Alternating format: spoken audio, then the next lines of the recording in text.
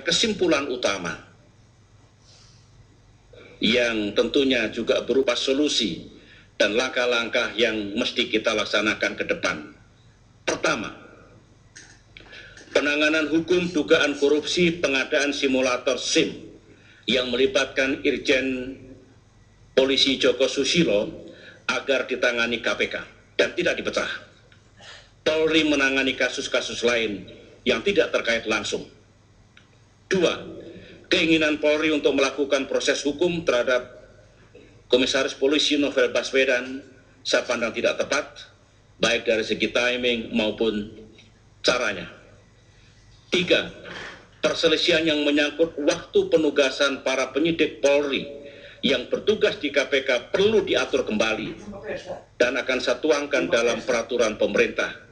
Saya berharap nantinya teknis pelaksanaannya juga diatur dalam MOU antara KPK dan Polri.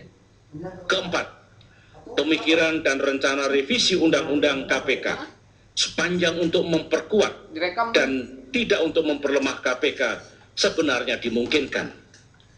Tetapi saya pandang kurang tepat untuk dilakukan saat ini.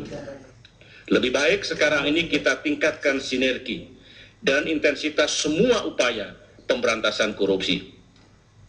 Yang terakhir, yang kelima, saya berharap agar KPK dan Polri dapat memperbaharui MOU-nya dan kemudian dipatuhi dan dijalankan, serta terus meningkatkan sinergi dan koordinasi dalam pemberantasan korupsi, sehingga peristiwa seperti ini tidak terus berulang di masa depan. Saya mencatat bahwa di waktu yang lalu banyak kerjasama yang baik antara Polri dengan KPK. Contohnya, kerjasama dalam mencari dan menemukan tersangka korupsi yang kabur ke luar negeri berhasil dengan baik. Sinerginya dan kerjasamanya. Sementara Polri juga mencatat prestasi di banyak bidang, misalnya pemberantasan terorisme, kejahatan narkotika, dan kejahatan jalanan. Juga prestasi dalam pengamanan dan pengaturan kegiatan nasional, mudik lebaran, dan peringatan hari-hari besar yang lain. Semangat, energi, dan kinerja seperti ini, saya yakini dapat dijadikan modal untuk bersinergi dengan KPK dalam melaksanakan tugas pemberantasan korupsi. Itulah saudara-saudara rakyat Indonesia penjelasan saya untuk mendapatkan pemahaman yang utuh. Dan tentu setelah ini kepolisian akan menjalankan apa yang telah menjadi keputusan saya dan solusi ini. KPK juga akan menjalankan apa yang harus dijalankan sesuai dengan pertemuan yang saya laksanakan atau saya pimpin siang tadi. Terima kasih atas perhatiannya saudara-saudara. Wassalamualaikum warahmatullahi wabarakatuh.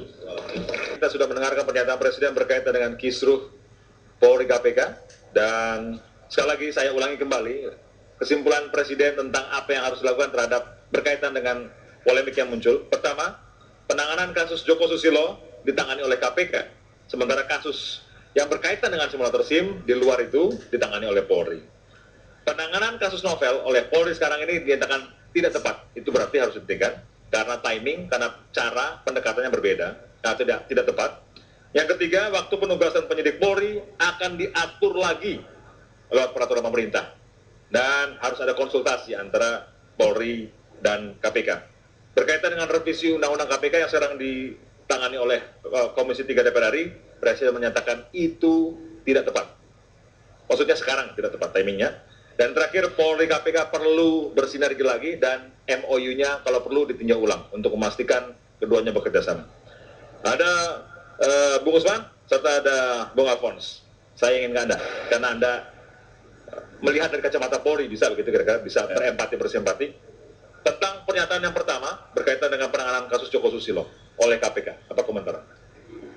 Menurut saya, apa yang Presiden sampaikan, itulah yang seharusnya disampaikan, karena kalau kita katakan core bisnisnya KPK itu tindak pidana korupsi, memang ini yang harus dikerjakan. Dan Undang-Undang KPK sudah jelas-jelas.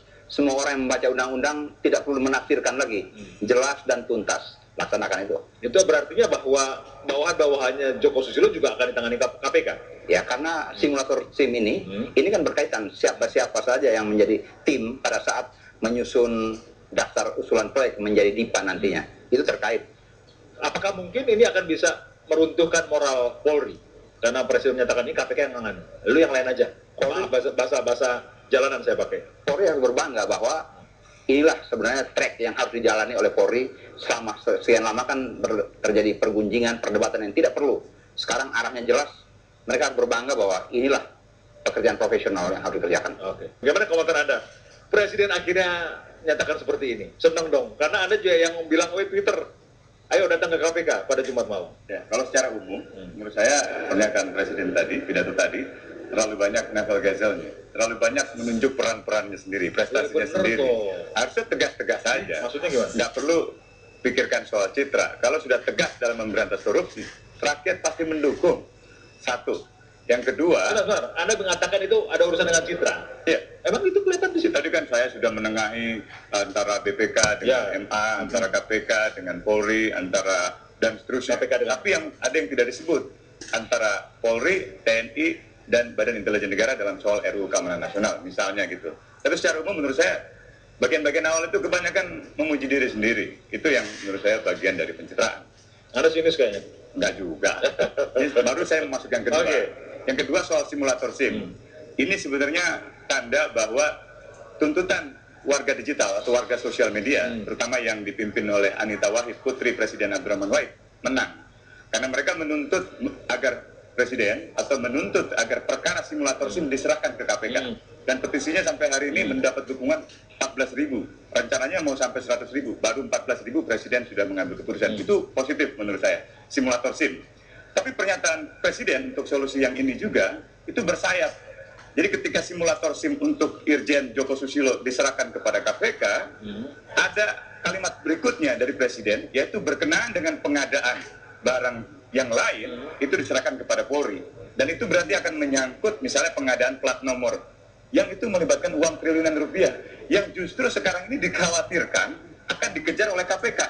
Jadi kalau lihat sesungguhnya secara jeli, ya, pidato tadi itu bersayap-sayapnya itu. Jadi yang membuat banyak perlawanan terhadap KPK dalam kasus simulator SIM bukan simulator SIM yang berdiri sendiri, tetapi dari sekian banyak bukti yang ada di KPK, ia akan mengarah pada kasus pengusutan dugaan korupsi atau penyalahgunaan wewenang dalam pendapatan negara bukan pajak.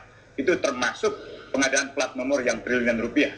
Nah, kalau itu diserahkan pada Polri, saya kira terbuka kemungkinan konflik interest terjadi lagi. Anda setuju dan membuka peluang benturan lagi gitu. Ya, karena soal simulator SIM merupakan puncak gunung es.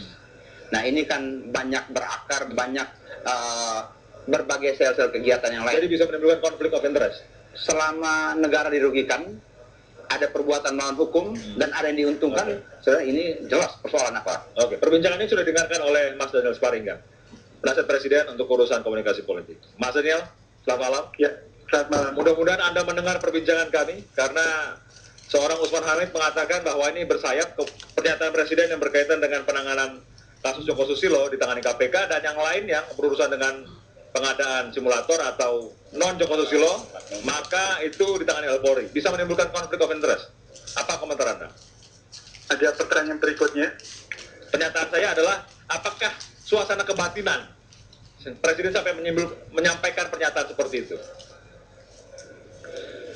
Saya tidak tahu arah pertanyaannya dan tidak juga mengerti apa yang disebut dengan kalimat bersayap, tapi yang saya mengerti 5 kesimpulan itu cukup tegas, cukup jelas, cukup untuk membuat orang mengerti apa yang menjadi komitmen politik, khususnya politik hukum Presiden SBY. Saya kira menjadi sangat diperlukan pada saat ini adalah membiarkan prosesnya berjalan, dan kalau ada kekurangan, kalau ada kekeliruan, kita koreksi lagi. Dan biarlah sekarang saat ini sistemnya bekerja, dan pada saat yang sama kita semua mengawasinya, dan Presiden sebenarnya mengambil satu posisi yang sejak awal juga sudah dipilihnya. Tidak ada yang berubah di dalam komitmen politik hukum di dalam memberantas korupsi. Kalau kemungkinan, ya silakan. Mungkin kalaupun ada yang berbeda adalah membuat bahasanya lebih bisa dipengerti oleh Bung Usman Hamid, dan saya berharap tidak perlu ada tafsiran lagi yang melampaui kalimat-kalimat yang sebetulnya tidak dimaksudkan begitu. Jadi intinya bahwa itu yang terbaik yang bisa diambil dalam persoalan ini. Bung Hamid, Anda kejauhan mungkin menilai. Yang saya katakan bersayap adalah Presiden mengatakan simulator SIM yang melibatkan Irjen Joko Susilo dan tersangka lain itu diserahkan kepada KPK. Itu benar. Jadi itu sebenarnya sesuatu yang menurut saya positif. Makanya tadi saya katakan di awal, ini berarti tanda kemenangan para warga sosial media yang dipimpin putri ketiga Presiden Abdurrahman Wahid untuk meminta agar simulator SIM diserahkan ke KPK. Tetapi kalimat Presiden berikutnya, kalau bisa kita ulangi lagi, ya rekaman tadi misalnya, yang mengatakan bahwa untuk pengadaan barang yang lainnya itu diserahkan kepada polisi. Padahal dalam kasus simulator SIM akan menuju pengadaan barang itu. Itu yang kemudian Mabes Polri merasa keberatan ketika penyitaan dan penggeledahan di Korlantas itu mengambil barang bukti yang begitu banyak. Sebenarnya kalau tidak ada penyalahgunaan di barang bukti itu di Korlantas itu tidak perlu ada kekhawatiran. Gitu. Sebelum Mas Daniel lewat saya. Pertama, Anda tampaknya menganggap enteng juga pernyataan Presiden ini karena menilai bahwa Polri bisa merasakan diuntungkan juga dengan kalimat bersayap tadi itu. Anda mengatakan ini konflik of interest. Itu yang pertama. Yang kedua, konflik of interest ya, kemudian hari. Membuka. Yang kedua, Anda melihat bahwa profesionalisme polisi Anda anggap berada di bawah rata-rata, sehingga mungkin akan terbuka konflik of interest. Pernyataan Anda? Saya kira jelas tindakan, sebenarnya kan pernyataan Presiden ini sekaligus mau menegaskan bahwa tindakan Polri kemarin keliru sebenarnya, atau tindakan pimpinan Polri kemarin keliru. Dan apa yang diharapkan masyarakat berkenaan dengan ketegasan Undang-Undang Nomor 30 Tahun 2002 tentang KPK, khususnya pasal 50 yang menegaskan kewenangan KPK itu sekarang diulangi oleh Presiden. Sebenarnya itu kan sudah hal yang baru. Dalam pertemuan bulan puasa Presiden tidak menegaskan itu, padahal itu yang ditunggu-tunggu oleh masyarakat gitu. Lalu Presiden juga menyelipkan satu kritik pada KPK, baik itu soal kriminalisasi maupun kritik pada KPK bahwa KPK membawa ini ke arena publik melibatkan masyarakat. Padahal undang-undang ya tahun 2007 tentang ratifikasi konvensi PBB mengenai anti korupsi, undang-undang nomor 31 tahun 99 tentang pemberantasan korupsi, undang-undang nomor 20 tahun 2000 tentang pemberantasan korupsi, dan peraturan pemerintah nomor 71 tahun 2000 menegaskan partisipasi masyarakat adalah syarat utama untuk memberantas korupsi. Jadi yang kemarin terjadi ketika KPK ada di arena publik adalah bagian dari dinamika yang direfleksikan oleh undang-undang. Jadi kalau kemudian diletakkan sebagai kritik seolah-olah KPK ini mengadu kepada masyarakat, ya, seolah-olah KPK ini menarik-narik masyarakat, saya kira itu hal yang keliru dan mencerminkan Presiden tidak secara keseluruhan membaca undang-undang yang tadi saya sebutkan, begitu. Pak Daniel, Mas Daniel ada komentar soal pernyataan ini? Tidak ada, karena toh ini satu ruang yang sangat luas untuk semua orang bisa mengatakan pandangannya, posisinya, tapi satu pesan kuat untuk rakyat Indonesia adalah kami yang bekerja di Jalan Merdeka Utara memutuskan untuk tetap teguh dalam pendirian kami dan terus bekerja memerangi korupsi, mungkin tanpa teriak, mungkin tanpa suara yang menggelegar, tapi percayalah yang terburuk adalah pelan tetapi toh akhirnya tercapai. Apa yang kami mulai 7-8 tahun lalu ketika Presiden RT memulai pemerintahan ini, kepemimpinan ini akan terus dilanjutkan, dan saya kira kalau ada yang tidak sempurna disempurnakan, kalau ada yang masih keliru dikoreksi, tapi pada dasarnya malam ini ada satu pernyataan yang sangat terbuka untuk disampaikan pada rakyat Indonesia bahwa ya kami jalan terus dan berharap kritik dari masyarakat itu membuat kami lebih kuat dan kami lebih teguh, dan direction itu, direksi atau arah itu memang sebaiknya kita bentuk bersama-sama. Mas Daniel, ya, Mas Daniel, Anda terdengar sangat merendah dalam hal ini. Kenapa? Karena tidak ada gunanya juga meninggi-ninggikan dada, membusungkan dada, karena memang tantangannya sangat besar, halangannya juga sangat banyak, dan pekerjaan rumahnya lebih banyak daripada yang bisa dikritikkan pada malam hari. Tapi percayalah, tidak ada yang luntur, tidak ada yang runtuh dari bangunan bahwa pemerintah ini, dan berharap juga pemerintah berikutnya terus memerangi korupsi. Saya hormat sama Mas Daniel, tapi saya merasa malam ini saya tidak bisa mengingat lagi siapa Mas Daniel dulu yang begitu kritis terhadap pemerintahan. Bahkan Mas Daniel dulu mengatakan demokrasi di Indonesia demokrasi zombie, demokrasi yang hanya ada sistem prosedurnya tapi tidak memberikan keadilan kepada masyarakat. Saya beri contoh misalnya dalam soal penyelesaian pelanggaran hak asasi manusia. Hampir sudah beratus kali korban tiap hari Kamis itu mendatangi istana untuk menagih janji. Hampir beberapa kali presiden berjanji tidak pernah. Nah, saya mau tegaskan secara keseluruhan bahwa kita harus menggunakan daya kritis. Boleh saja kita bekerja di pemerintah, saya kira itu baik, positif. Tetapi sebagai seorang intelektual, saya kira dituntut untuk terus mengejar, mencari kebenaran. Bukan soal meninggi-tinggikan dada. Saya kira enggak, saya mau katakan yang hitam-hitam, yang putih-putih, tegas-tegas saja. Nggak perlu sampai pakai diplomasi, nggak perlu menggunakan argumen-argumen yang menurut saya seperti mau memberi pembenaran pada apa yang disampaikan oleh presiden. Presiden ini bukan anti kritik kan, saya kira perlu kita sampaikan kritik. Mas Daniel. Ya, kalau siapa yang bicara tadi, Bung Usman ya? Ya, Mas Usman. Bung Usman, hormat saya mungkin lebih besar dibanding sebaliknya, tapi itu tidak terlalu penting. Saya bahkan selalu percaya semua orang biarlah mengambil perannya. Soal konstruktif atau tidak itu soal yang nanti biarlah sejarah yang mencatatnya. Tapi banyak hal yang mungkin tidak terlihat oleh orang-orang di luar juga tidak mungkin kami ceritakan. Tapi itu tidak penting, Bung Usman. Yang penting adalah Presiden SBY mencatat satu sejarah yang sebenarnya mencoba meluruskan banyak hal yang bengkok, yang bengkong, yang bahkan sebetulnya tidak begitu keadaannya. Tapi teruslah kritik dan masukan tetap penting, dan kalau merendah itu sebenarnya itu bukan soal pilihan, tapi memang begitulah nafas yang saya pilih sejak awalnya ketika saya bergabung di kantor ini atau sebelumnya mengambil posisi yang berbeda sebagai pengamat, sebagai aktivis. Tentu saja saya mohon maaf kalau tidak semua hal yang bisa saya lakukan dengan mudah pada masa lalu bisa saya kerjakan, tapi percayalah idealisme, integritas itu tetap saya bawa.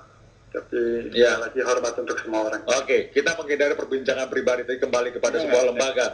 Oke, itu yang penting. Ini ada Bung Alphonse. Kalau bicara tentang secara keseluruhan lagi, langkah-langkah presiden terutama tentang penyidik soal MOU yang harus direvisi dalam tanda petik begitu. Ya.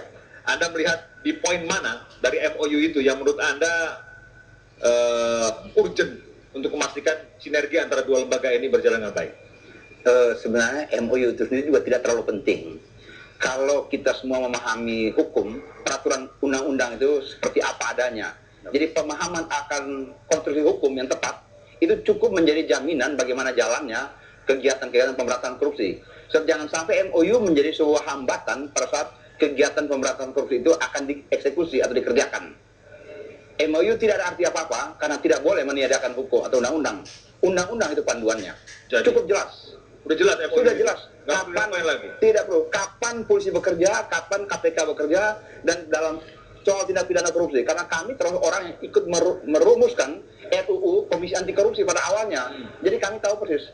Nah, kalau kemudian dari MOU itu banyak terjadi persoalan, bukan persoalan sebetulnya, mengatakan bahwa KPK melanggar MOU ini tidak dihargai. Lalu, kalau saya sebagai penegak hukum, saya hanya tunduk pada hukum. Norma itu ada sanksinya. Kalau norma tidak ada sanksi, terus ada pelanggaran dalam MOU, terus tidak ada yang bisa ditegakkan, buat apa ada MOU?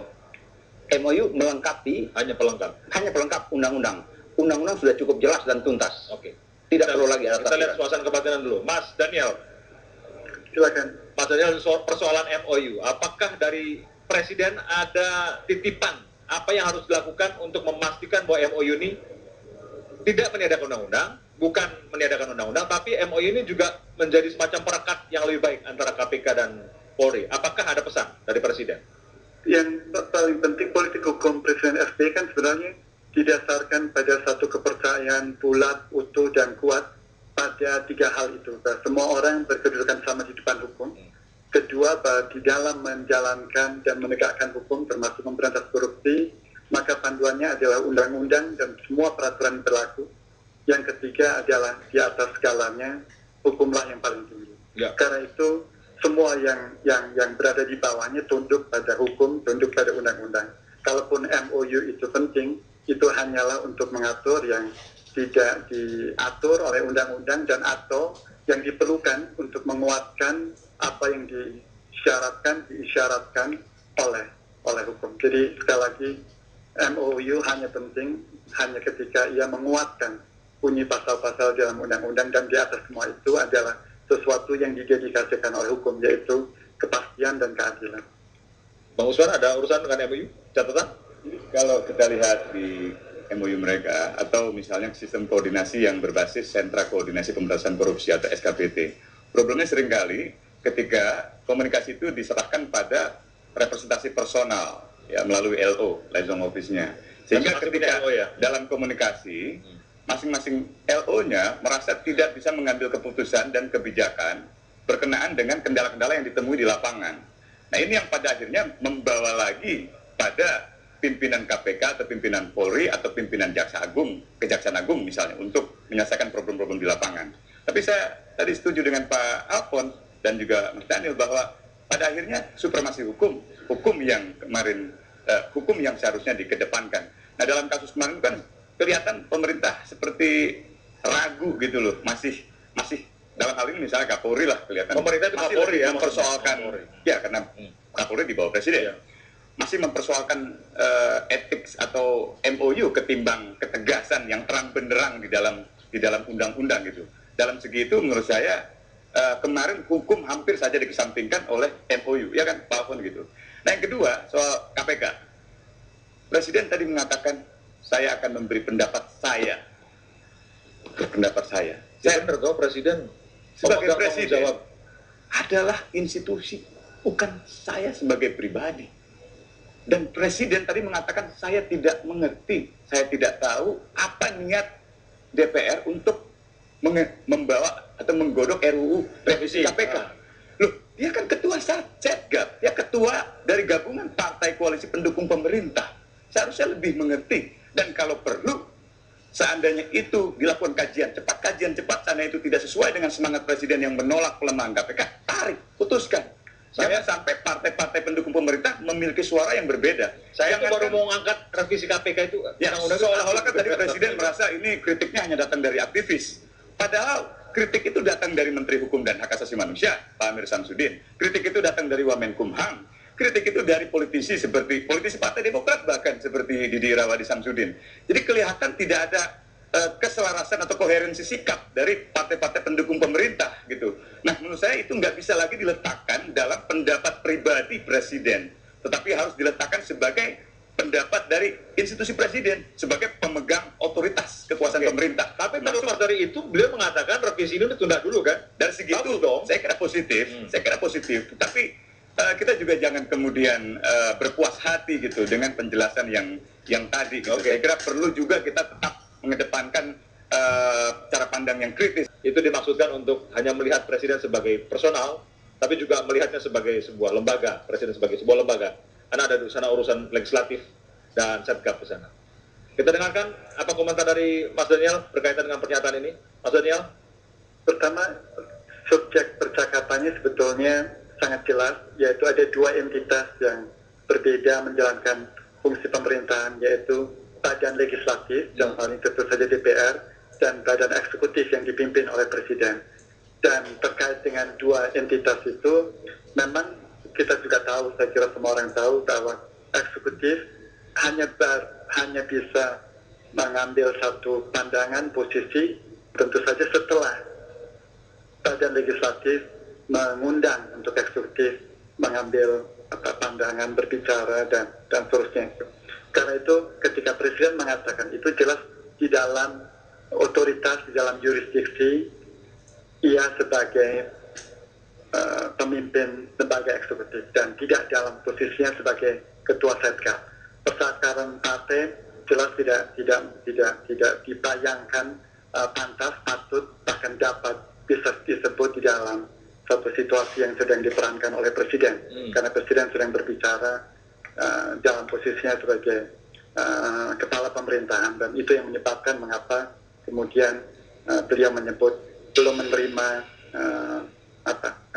pandangan resmi dari DPR tentang revisi itu. Jadi itu sebenarnya konteks. Bisa dimengerti? Mas Usman? Ya, kita apresiasi lah. Apresiasi. Intinya di situ kan? Ya. Bung Alphonse, ketika revisi undang-undang KPK ini kemudian Presiden mengatakan sudah berhenti dulu. Artinya alma mater Anda ini kehilangan lagi seperti apa? Kan sempat KPK bisa menyidik lagi. Artinya KPK Polri punya peran yang lebih besar sebetulnya kalau ada revisi karena sudah ada pemisahan nih. Penuntutan, penyidikan sudah lebih jelas lagi. Bagaimana Anda bilang? Menurut saya sebagai orang yang pernah di lingkungan Polri, upaya memberantas korupsi adalah merupakan musuh bersama bangsa ini. Polri adalah bagian dari bangsa ini. Dengan demikian, setiap upaya agar membuat bangsa ini tidak terpuruk karena kegiatan korupsi dari beberapa gelintir manusia, itu kita dukung bersama. Itulah semangat yang digaungkan hari-hari ini. Jangan sampai mencederai institusi begitu ya. Betul. Jangan sampai institusi Polri dibawa-bawa untuk seolah-olah ini gawean satu orang atau gawean institusi. Tidak, ini gawean bangsa. Betul. Dan sebagai anak bangsa dan sebagai unsur penegak hukum, kita semua mendukung. Mudah-mudahan seperti itu. Baik, kita sampai di penghujung. Mas Daniel, di penghujung, ada ingin punya sampaikan yang terakhir untuk publik berkaitan dengan pernyataan Presiden untuk mengatasi persoalan? Yang terakhir tadi saya belum sempat diundang untuk membuat data tentang ini, tapi pernyataan Presiden tentang KPK, Presiden mendorong agar semua perkara yang berhubungan dengan Komjen DS itu diserahkan pada KPK. Dan ada kalimat lain yang tadi disebut bersayap dan seterusnya yang dianggap terpisah. Sesungguhnya tidak begitu karena pada siang hari tadi kami membicarakan itu.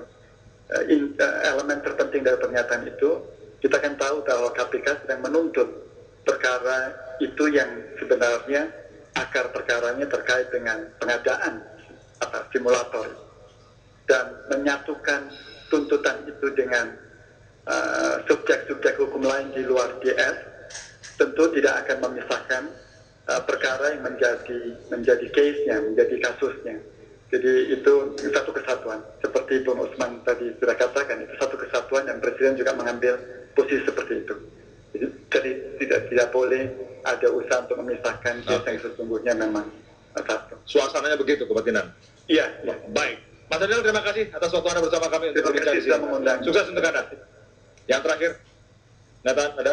Mungkin saya mau menyampaikan terima kasih kepada warga masyarakat dari berbagai lapisan yang telah mendukung gerakan Semu Terang-Terang, gerakan untuk berpartisipasi di dalam memberantas korupsi, mengawasi KPK, mengawasi polisi, mengawasi pemerintah, dan menurut saya ini ke depan yang menjadi penting, menjadi pembelajaran yang paling berharga, bahwa penguatan partisipasi publik dalam mengontrol jalannya pemerintahan untuk memberantas korupsi secara sungguh-sungguh, mengontrol jalannya penegakan hukum untuk memberantas korupsi secara sungguh-sungguh menjadi sangat berarti.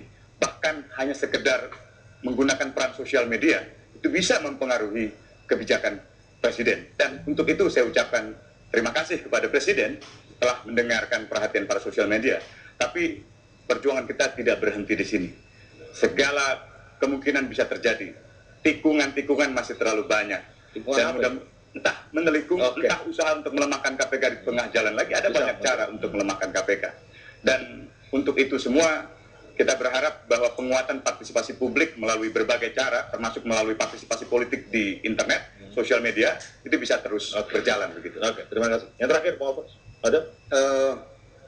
Sebagai bagian dari anak bangsa, beberapa saat yang lalu telah kita saksikan bersama bagaimana pergunjingan, perebutan, tarik-menarik.